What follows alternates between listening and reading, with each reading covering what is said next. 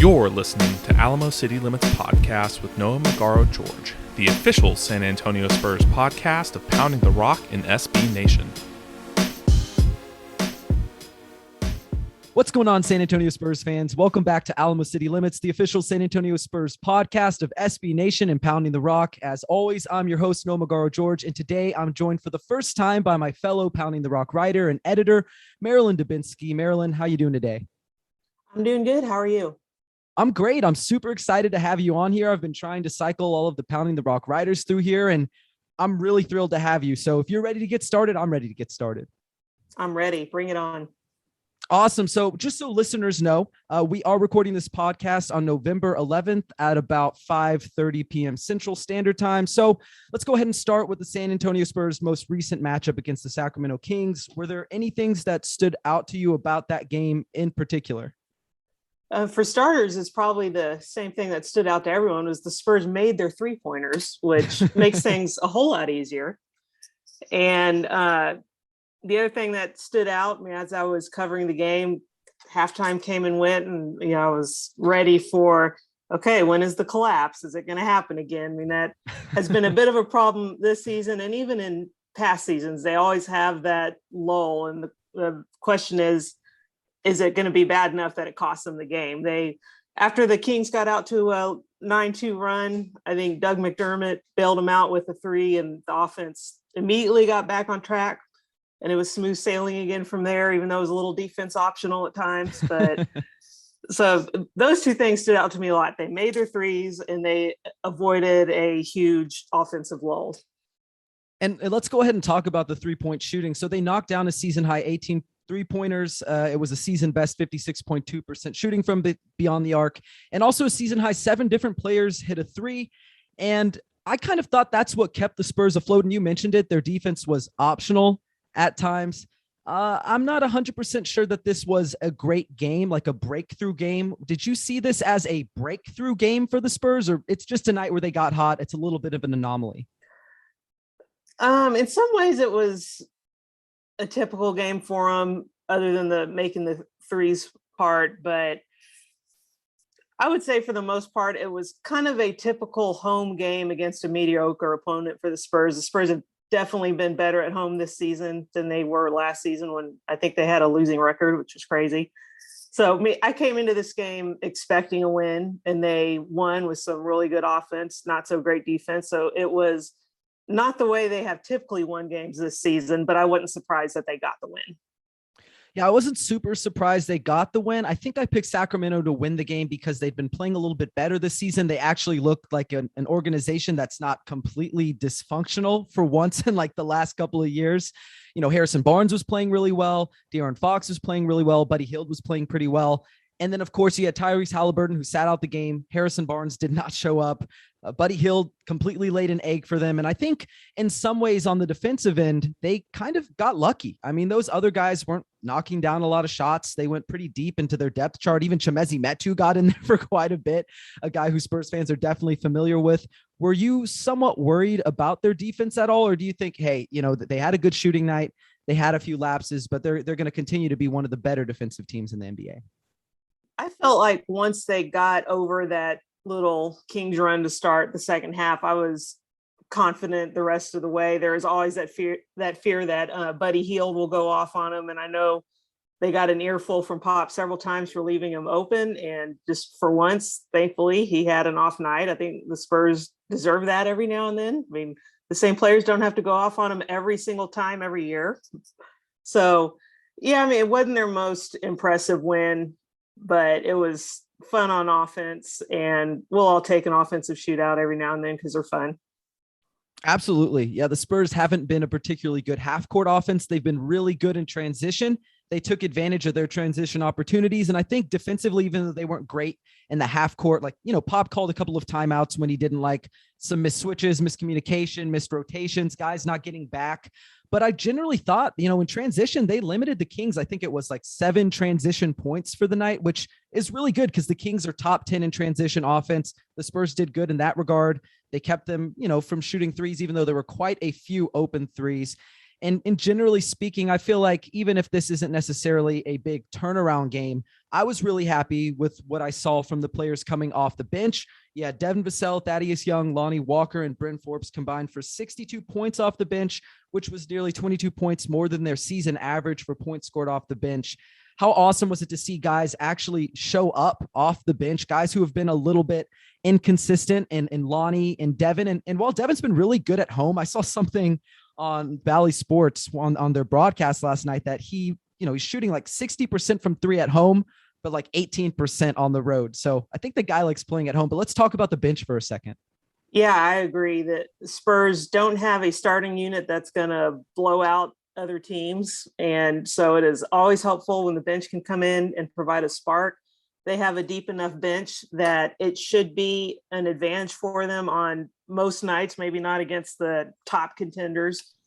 But, for that advantage to happen, they still need to hit their shots. And we've seen a few games where maybe only one or two guys showed up off the bench, and those have been the ones they've been losing. So to get a big boost off the bench, that takes some of the pressure off the starters, and they feel free to play a little more loose. And I mean, for the entirety of the Greg Popovich era, the Spurs have benefited from big bench play, and they still do today. Definitely. It was a little bit of a downtick last season once they moved Jakob Poeltl into the starting lineup. Their bench numbers went down a little bit, but they added a good amount of depth. I'm super happy to see Thaddeus Young playing. He's a guy who I've been advocating for minutes all season. We'll see if he continues to get minutes once Jakob's back, but it was nice to see the bench unit come in there, take care of business, provide a ton of points, a lot of three-point shooting, some pretty decent defense, I thought, aside from, some miscues from guys like Bryn Forbes who aren't necessarily known for their defense. But the guy who was really the star of the show and who has been the star of the show, you wrote about him for Pounding the Rock. Really great article. Everybody at home should definitely check it out over on PTR. But Dejante Murray, once again, the Spurs kind of went as he went. Talk about him a little bit since you wrote about him. What did you see from him in this game? Well, he has been great so far this season. I mean, like everyone, he'll have an off night. He did against the Thunder, which was one of the reasons for their collapse and loss there, but he bounced right back. And it's a really good thing he's playing so well since, we're all kind of waiting for Derrick White to come along. And he's a player that tends to take a little while to get in a groove. But in the meantime, Dejante Murray is putting up career highs across the board and points, rebounds, assists. I think he's right up there with steals. And I just felt the need to write about how good he's been. For some reason, it's been a little polarizing for Spurs fans that he's their best player, with the not kind of being, he's not a good enough player to make the Spurs a contender. That's not even what he was drafted to do or what his role was supposed to be. He was drafted to be the next point guard behind Tony Parker to, help lead the point for the Kawhi Leonard era. And he's far exceeded those expectations, especially for a 29th overall pick. And, the fact that Dejante Murray is playing so well and is the Spurs' best player shouldn't be a knock on him.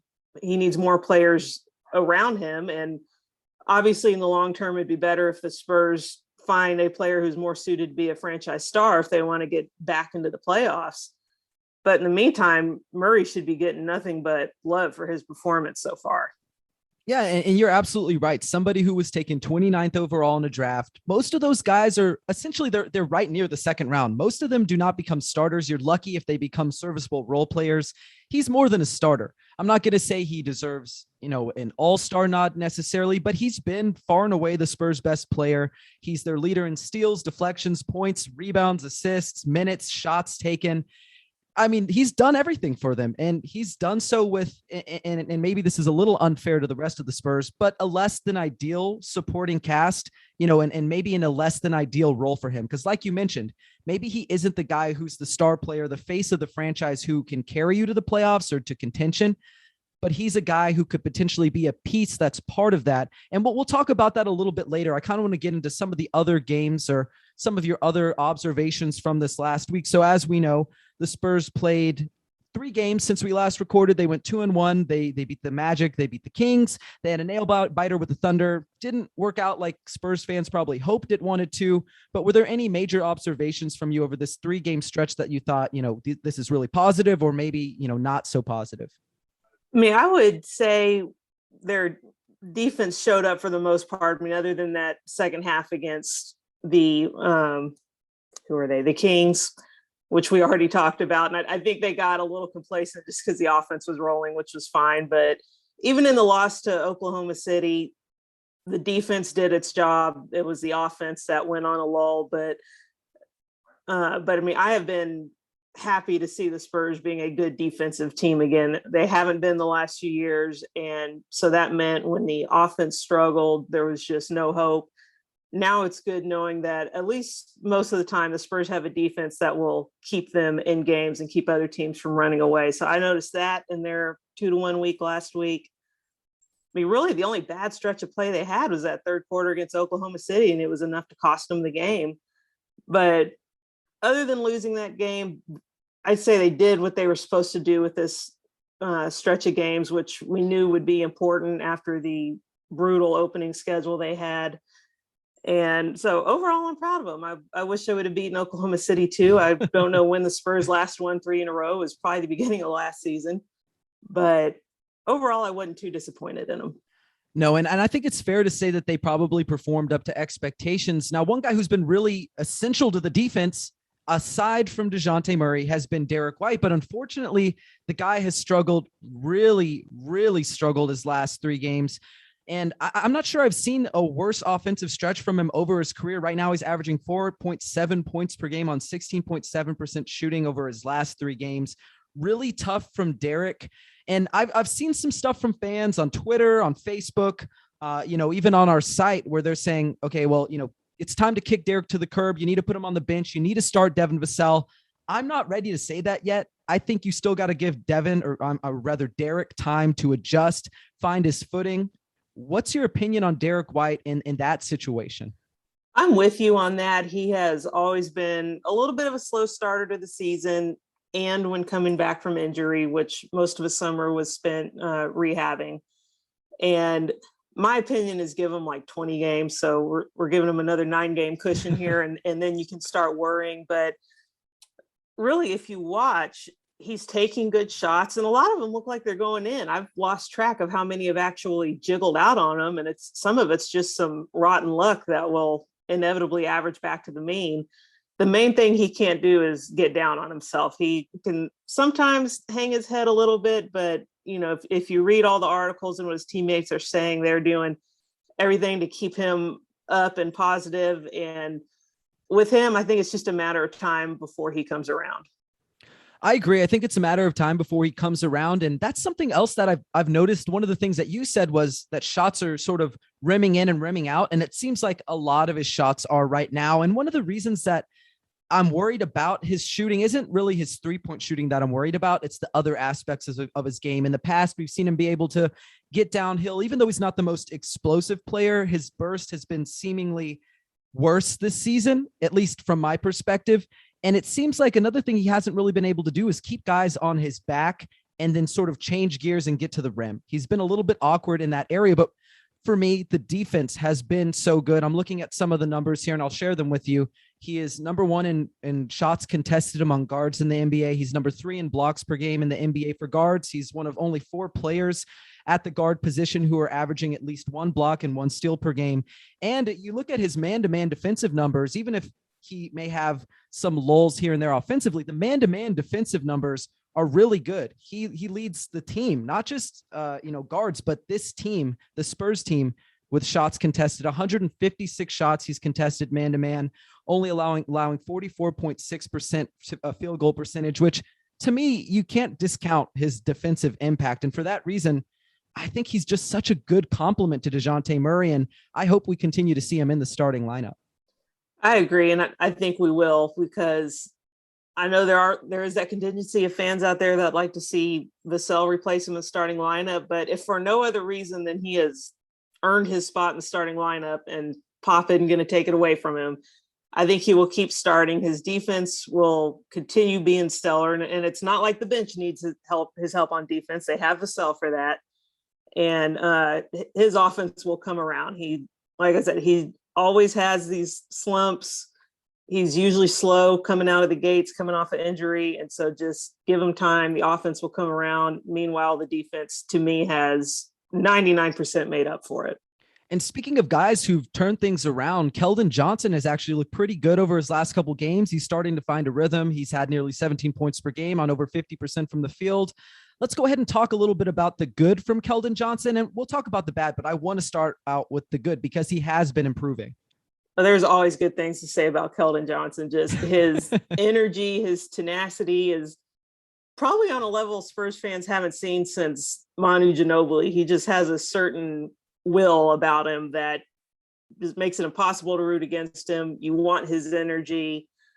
His shooting is definitely coming around. I noted in the Kings game, there were a couple instances where he, instead of just bullying his way to the rim when maybe it wasn't there, he made sure to look for the shooters. And I think one of Devin Vassell's threes came from Kelvin passing back out to him. So he's definitely trying to improve his game. He's getting the shooting down. His defense is always there. And as he continues to pass more and opposing teams become more aware of it, that will open the lane up for him even more. Part of me kind of wonders, I don't know if you saw it. I tweeted about him having the lowest pass rate in the NBA out of drives. And then the very next game against the Kings here, we saw him, I think it was a season high 6 assists, something like that, where he was passing the ball. And I doubt he actually saw it. He doesn't have Twitter, but it seemed like a strange coincidence that like right after I tweet that, he's passing the ball. He was way more under control, like you mentioned, attacking the rim, but not recklessly. So I thought that was a little bit funny. I'm really happy to see Kelvin Johnson sort of taking strides. A few of the things that still worry me about Kelvin in terms of being a guy who can be one of your better scorers is the fact that he just doesn't have that diverse of an offensive repertoire. We don't see a lot of moves, a lot of counter moves, a little stiff off the dribble. Not a great passer still, but making progress as of the last game. Is he someone who you think Spurs fans still probably need to give time to, or is he someone you believe that can be one of the leading scorers on this offense? Or do you think he's better suited for maybe, being that third, fourth guy, a guy who brings energy, who's cutting? It's tough to tell at this point. There have been times when he looks like he could be the Spurs leading scorer. At this point, I think the main thing holding him back is he's not hitting his threes. I think he's shooting under 20% so far, which he hasn't been a huge three-point shooter in his whole career, although he was kind of advertised as a 3-and-D player coming out of college. If he can just get a respectable three-point shooter, even plus 30%, that would help a lot. That would be a few more points a game for him. And again, it would make defenders respect him more and open the driving lanes more. So kind of like similar to Dejante Murray, I don't think he could ever be the player on a championship team, but he could definitely be a really good third option if the Spurs can get those players around him. But as far as from what he's shown me so far, he's a keeper. Yeah, I think he's a keeper too. There's only a few guys on this team who I probably wouldn't be willing to move. Kelvin Johnson is one of them, a guy who the Spurs may end up moving. I don't know. We'll see about it. Thaddeus Young. He's played really well over this last 3-game stretch without Jakob Poeltl. Drew Eubanks has done a pretty good job too. Is he someone who you think once Jakob Poeltl comes back into the lineup, they should still continue to look for minutes for him? Or do you even think it's a possibility that he continues to receive minutes? Because we know Pop, we've seen guys like Luka in the past where they get minutes while other guys are out, but then when they come back, they're kind of cast aside. Is he someone they should look to get minutes for, even once Jakob's back? As long as he keeps playing like he is right now, definitely. I mean, those first few games, he looked completely lost, and the Spurs were not better with him on the floor. Since he's gotten more minutes and gotten to play more with his teammates, he definitely looks a lot more comfortable and like he fits. I could see it going in a matchup situation because, one thing he can't make up for is he is on the small side for a small ball center. He's a power forward. And there have been games where we've seen teams who have, sizable backup bigs really give him trouble. I think the Mavericks was one of them with Boban Marjanovic. Not that there are many players with the size to stop him, but we digress. But so I think there will be matchups that are better suited for Drew Eubanks as the backup. But I think Pop respects Thaddeus Young enough that he will get his minutes and may just get split with Eubanks some. Plus, if the Spurs want to get some trade value back for him, they need to keep playing him, and they don't have anything to lose by playing him. That's for sure. That's my thought process too. And I'm not sure if you've noticed it. I'm sure you have, but when he's out there, it really encourages the rest of those guys to be moving off ball because, as long as you're moving, and Tom Orsborn from the San Antonio Express News wrote about it, as long as you're moving, Thaddeus Johnson is going to find you. He's going to get you the ball as long as you're moving. And I think he's done that better than pretty much any big who's come through San Antonio or big. I'll put that in quotations, big, since maybe Boris Diaw. And I know he's not necessarily the same level of passer or creativity, but he's definitely a guy who can find guys who are cutting, who are moving along the perimeter. Really like that from him. I hope he continues to get minutes, but we'll have to see, is he a guy who's going to be in the rotation? I'm not sure. It's hard to get answers out of Pop, even if you go to the press conferences and ask him questions, but he's a guy who I like a lot. And Drew Eubanks is another guy I like a lot. And, I'd also love to get your opinion on Jakob Poeltl. Do you think this team is going to be a playoff / play-in team once he comes back? Because they've actually played pretty well without Jakob in the lineup. I think he will still definitely help when he comes back. I mean, some of those losses we've seen without him, where I noticed this against the Mavs, is part of the problem is the Spurs were struggling to keep them off the offensive glass, and that was not a problem before Poeltl went out. I think they still definitely meet him. Drew Eubanks has done a very admirable job filling in for him. He had a little tough opening stretch yesterday and got pulled quickly, but he was perfect after that. And he's been making his free throws. He made 10 of 13 yesterday, which is Spurs barely average 16 free throws a game. So that was nice. But they will definitely be better off once they have Poeltl back, especially as they start facing teams again with better starting centers. Yeah, and unfortunately, and I hate to do this to the Spurs, but Orlando, OKC, Sacramento, that is maybe the easiest 3-game stretch for them for the entire season. But I kind of want to also talk about the Dallas Mavericks, who are their upcoming opponent. For you, what are some of the keys of the game for San Antonio to walk away with a victory there? One thing that worries me a little bit is that Porzingis is probably back. I think they missed some prime opportunities not beating Dallas without him, because Porzingis gave them a lot of trouble last year. Now they're likely going to face him tomorrow without Poeltl, which worries me. But that being said, I know the Mavs starters have struggled a lot. I think they've been a net negative unit for them. Their 3-point shooting has not been good. And the Spurs were in both games against them and even had sizable leads at one point, but just couldn't hold off the inevitable surge led by Luka Doncic. So just keep, forcing them off of the 3-point line. Don't let them get hot. Do your best to keep the Mavs bigs off the board. I know that's going to be hard with Porzingis and Boban. And then they also have like Dwight Powell and, all these guys that can just kill you on the board. So protect the glass, keep moving on offense. And I would say just force Doncic to do everything. Don't let anyone else get going, because Doncic can be inconsistent. He has struggled shooting against the Spurs, I think, kind of his whole career. I think Murray's done a good job against him. So those are my keys. Yeah, and I think those are pretty good keys to the game, and especially with Kristaps Porzingis. We talked about it on the last podcast when Dame was on. He averaged 27-12 against the Spurs last year on 55, 49, 93 shooting splits, which that's insane. If he did that every night, he would be an MVP. And against the Spurs, he has looked like an MVP. So hopefully they can find a way to mitigate Boban Marjanovic to a certain degree. I'm not sure you're really going to be able to stop either of those guys, but Dejante Murray, Derrick White, they always seem to do a pretty good job on Luka Doncic. And the guy who really killed the Spurs last time was Jalen Brunson. I mean, he's been a Spurs killer this year. I'm not really sure what happened. He's having a really good season, even by his standards leading up to this season. But man, he's been really good against them. He scored 11 straight points in the clutch last time, which is more clutch points than any Spur not named Dejante Murray has the entire season. So he's a guy that they probably need to keep an eye on as well. And for me, that probably starts with keeping Doug McDermott off the floor in the fourth quarter. I know that they need his shooting, but man, they hunted those switches. That was really tough to see. And I don't know. I'm not super confident that the Spurs beat this team, but you're right. They did stay close in every other matchup that they've played them in. And I don't know. I'm going to San Antonio this weekend. I'm going to be there while they're there. I'm not going to be at the game, but maybe I'll be a little bit of good luck coming back home. Maybe so. And maybe whatever juju got into Buddy Hield last night that kept him from going off, maybe they can pass that on to Brunson. We'll go on to more serious topics here. We have a couple of tidbits of news from earlier in the week. The Spurs announced Jock Landale will miss an unspecified amount of time after joining Jakob Poeltl in health and safety protocols. What do you think this means for a guy who already has struggled to break into the rotation?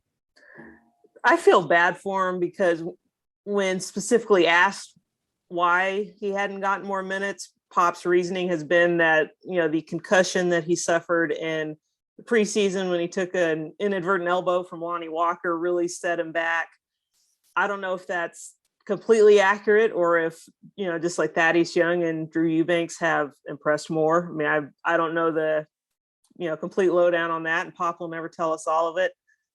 I do think whatever chances he's getting, the rotten luck with the concussion, now going into health and safety protocols, just keeps pushing him further down the totem pole. And I think at this point, he's going to be hard pressed to get regular minutes. I agree with you 100%. He's a guy who I wanted to see get minutes because I think he provides a different dynamic as a stretch big, but he has some defensive limitations. He also has, not played with the Spurs really to any degree. And he's a guy who's a rookie. I mean, those kind of guys are always going to have a tough time getting on the floor for Pop-led teams. And as much as it's tough for Jock Landale, as long as guys like Drew Eubanks and Jakob Poeltl and Thaddeus Young are playing well, I'll probably be okay with him being on the bench. We also saw Josh Primo get recalled from the G League, and he was promptly sent right back down to the G League for this game that's coming up against the Mexico City Capitanes. What do you think about how the Spurs are handling his developmental situation in this first year? You have a lot of people who are saying, you need to get him in the game every single game. And then you have people who, like me, are fine with him being in the G League. Where do you stand on that issue? I'm fine with it. I see no reason why he should be getting minutes over any of the Spurs main guard rotation right now, maybe except Bryn Forbes, who still has his uses in the right situations, which, he showed last night when he's hitting his shots, he's perfectly useful. So I would much rather see Primo getting minutes and development and extra practices in Austin than sitting on the end of the bench waiting for, blowouts to get some garbage time minutes. Because, like you said about Landale, and I mean, even though he and Primo couldn't be further apart, one's an undrafted free agent and one's a lottery pick. This is still rookies and Greg Popovich we're talking about. Primo just isn't going to get the minutes in San Antonio, especially with the deep rotation they have. So I'm fine with him developing in Austin and then calling him up just for the experience and to remain close to the team every now and then. I think they're handling it perfectly so far. Yeah, I'm right there with you. I couldn't be more on board. I think a lot of fans see Devin Vassell last year come in and immediately play, and they go, well, why isn't Primo playing? But I think at the same time, it's easy to forget that Devin Vassell was drafted as a guy who was considered NBA ready, who had a defined role, 3-and-D. That's exactly what he brought to the Spurs last season.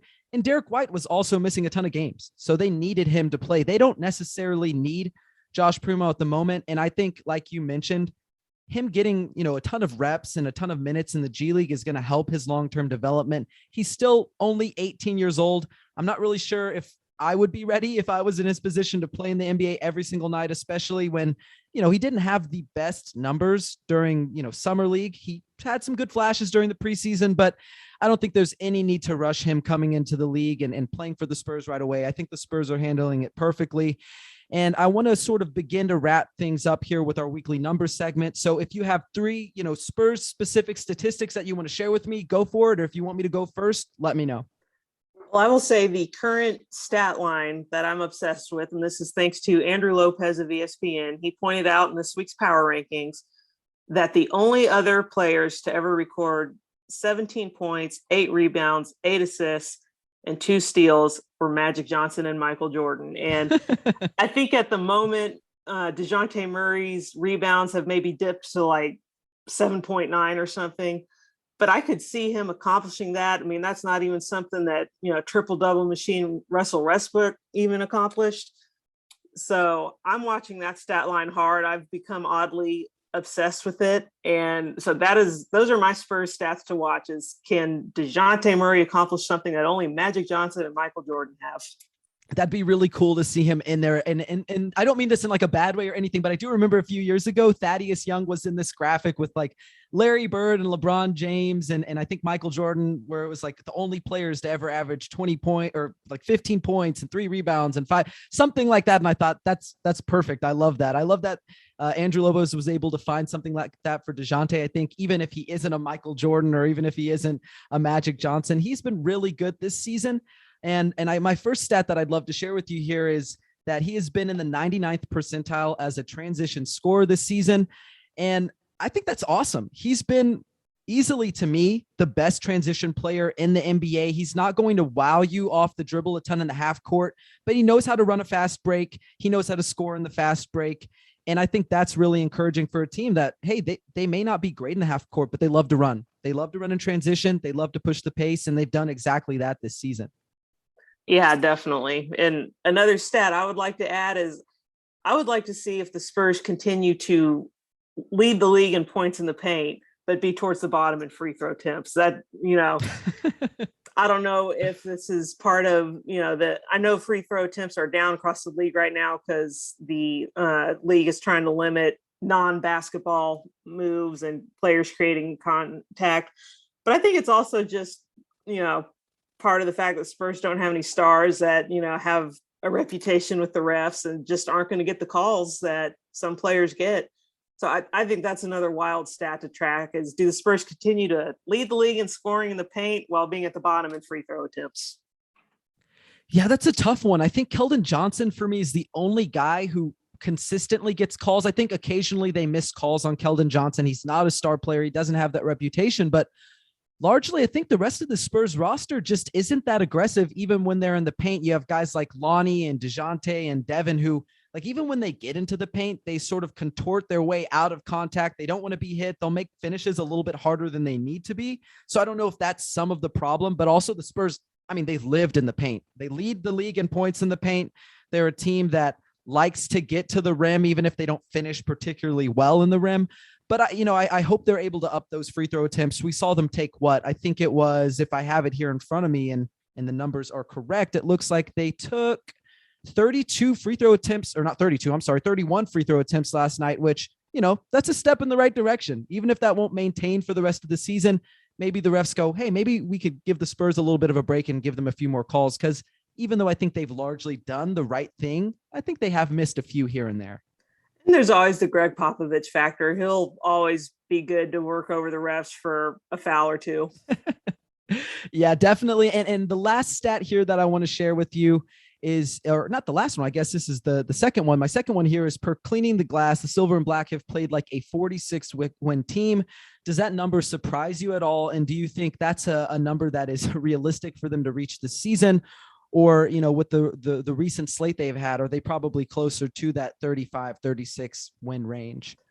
Coming into the season, that would be the absolute ceiling I would have given them. And at this point, I still would. I don't see them putting together long enough winning streaks to be able to reach that.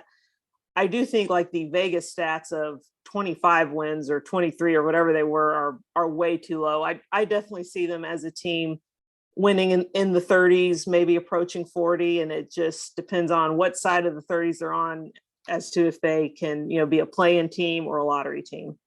Do you have a preference? And I don't, I guess I want to know what your preference would be for them for this season. Are you a person who wants them to win a lot of games or as many games as possible? Or are you someone who, maybe it's okay if they lose a few games because they might get a good lottery pick?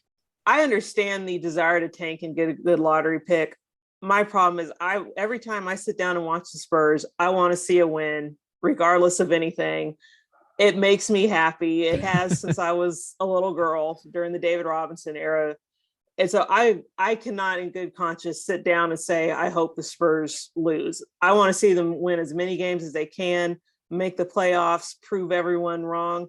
And quite frankly, that's a good building foundation to start bringing in higher tier free agents. The big names aren't going to come to a losing franchise, even if they think they can be the piece to turn it around. So, yeah, winning and making the play-in may not get you the best draft pick overall, but I think it's a better long-term strategy. Not every season can work out and get you a Tim Duncan. That's true. That's 100% true. I think I'm still probably on the other end of the spectrum where I'm fine if they lose games. I don't like when they lose. It makes me a little bit sad. I grew up in San Antonio. I was a Spurs fan. Everybody knows that. I mean, they're a team that I've rooted for since I was a kid. I mean, I was brought up on Spurs basketball, I'll always be a Spurs fan at heart. But at the same time, I look at guys like Paolo Banchero and Chet Holmgren and Jalen Duren, like, it would be nice for the Spurs to have a top end guy. And I think just being in San Antonio, even though I'll always love that city and I'm excited to come back this weekend, I don't know that free agents feel the same way. Even if the Spurs are a little bit better, I don't know that they feel the same way. I think it's maybe their best shot at getting that superstar player, but I understand both sides of the argument. And before we close things out here, I wanted to give one last stat. So the Spurs have catapulted after this last game from middle of the pack to the 9th best defense in the league.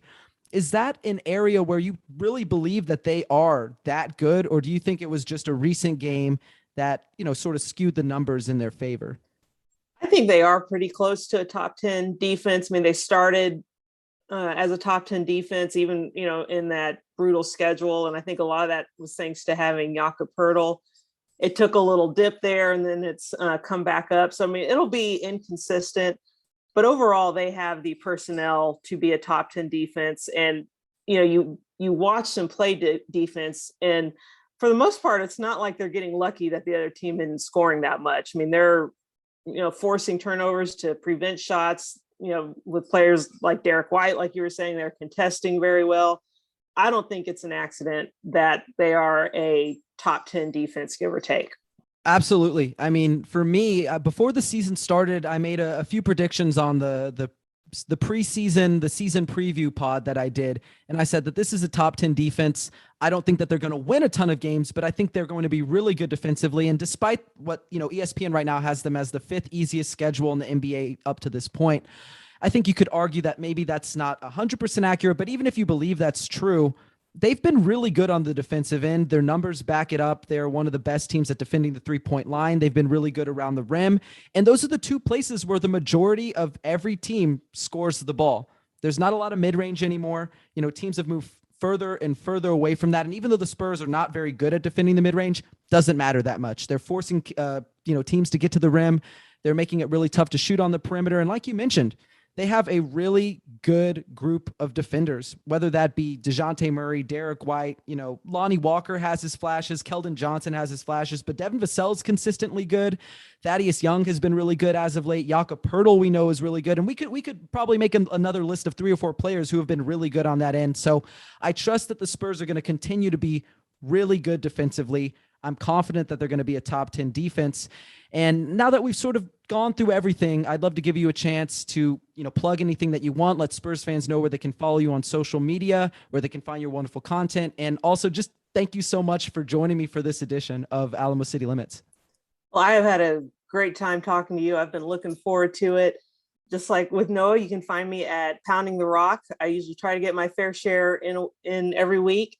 On Twitter, you can follow me at Alamo Aggie 08. Yes, I'm an Aggie. Sorry.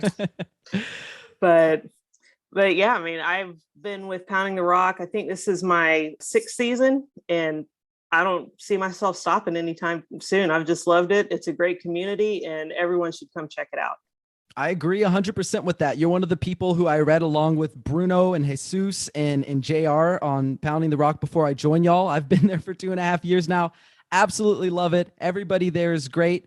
And I hope I can continue to write for Pounding the Rock for quite a long time. But again, thank you so much for joining me. And thanks for everyone who tuned in for this edition of Alamo City Limits. And for those of you listening at home, make sure to subscribe, leave us a 5-star review on Apple Podcasts, Spotify, or wherever you get your podcast. We've got a fantastic staff of writers over at Pounding the Rock, including Marilyn, who do an amazing job of keeping everyone up to date with their favorite teams. So check our stuff out. But until next time, Spurs fans, take care.